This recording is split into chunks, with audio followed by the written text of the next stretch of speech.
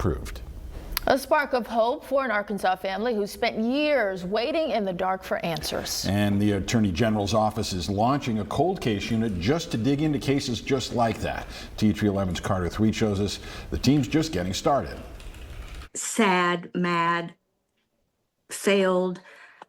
A lot of different emotions happened that day. Thursday marks 7 years since that day when the body of 18-year-old Ebby Stepik was found at Shalamont Park, around 3 years after her disappearance. Attorney General Tim Griffin says it was cases like this one that inspired his office to start a cold case unit. I mentioned it on a text chain and I just said, hey, is this something we should do? And we got the conversation going. Griffin says in their first year, the unit has tried to be a resource and partner for law enforcement agencies statewide. They have to be, because in order to work on cases, local law enforcement often has to give them permission to access case files. We don't want to take the file from anybody.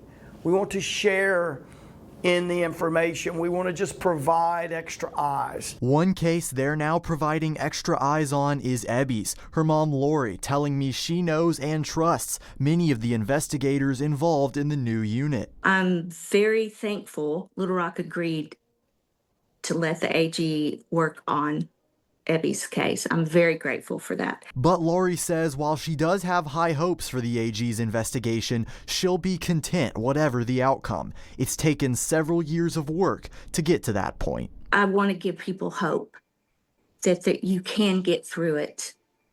And there is a different life. It's not the same life, but there is a life of happiness eventually. In Little Rock, Carter Thweet, THV 11 News. Carter, thank you. The Attorney General's office tells us, for obvious reasons, they can't give out details on the cases that they're actively working, but he says they have access to the latest technology and resources, and they say they're making some great strides. They hope to be able to share some new information very soon. Excitement at Philander Smith University.